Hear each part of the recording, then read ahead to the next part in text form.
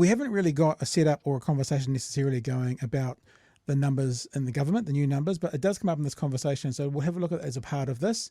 And I've got some other video to show you as well of old Winston actually becoming New Zealand's Donald Trump. Like, he's got the hair for it as well. It's all happened.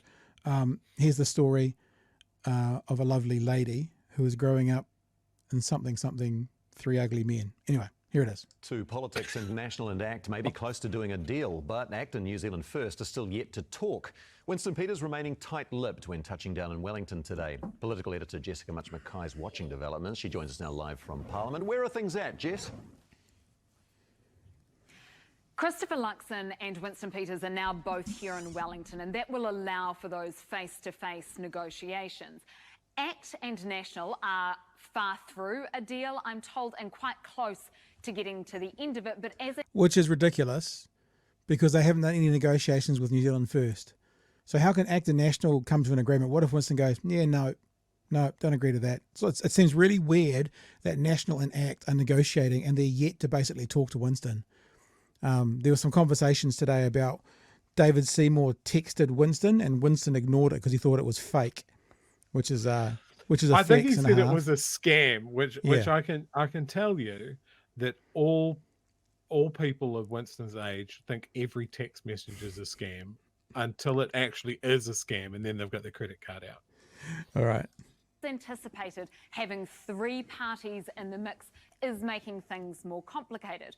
I also understand that Winston Peters has refused to respond to David Seymour's invitation to have a chat, and Winston Peters definitely was not very chatty at Wellington Airport today and when he arrived here at Parliament, refusing to give the public any indication of how the government negotiations...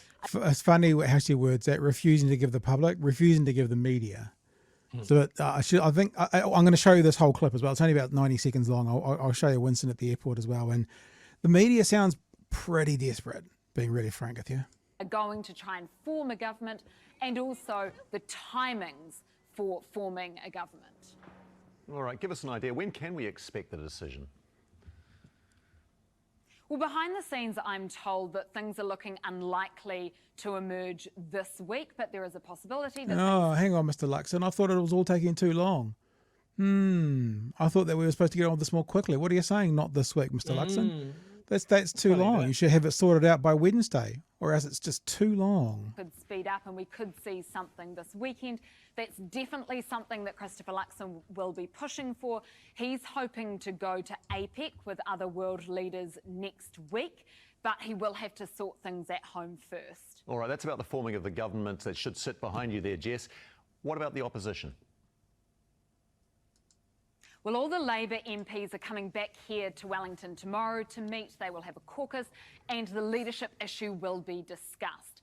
Now, within 3 months under Labour rules, you have to have a leadership vote. One of the options is that Chris Hipkins could be elected unopposed, and sources close to Chris Hipkins say that they're confident that that will happen. If there is someone who wants to contest that, they will have to get 2/3 of caucus support to be able to roll him. That's massive. At Parliament. So that's really big. So that's not going to happen. There's not going to be 2/3 of a majority of caucus members to roll Chippy. Yeah, that is what it is. So, Chewy, I was live streaming on TikTok on Friday afternoon when the announcement came out. And long story short, everyone knows this now, so we can just bandy over it. But the right lost 2 seats, and the left picked up 3, I believe. 3. Yeah. If you include the if you include the Māori Party as left, so the Māori Party got 2, Greens got 1. And spectacular for the Māori Party. Of course, it meant that New Zealand, the National Party and ACT only could get to 59, and because of the overhang, it means they need 62, so they can't get there by themselves. And I haven't done the numbers yet. I'm going to look at them maybe tomorrow, but I understand. Remember, we had all that hype about the most diverse group of national MPs there have ever been. I understand that both, I could be wrong with this, but I've heard, I haven't looked yet, that both of the National Party MPs that got knocked out were Pacifica. And so that they're actually, strangely enough, very white and male again, Chewy, strangely. I will look at that and do the official numbers and come to you maybe tomorrow night with that. Okay. So take it with a grain of salt.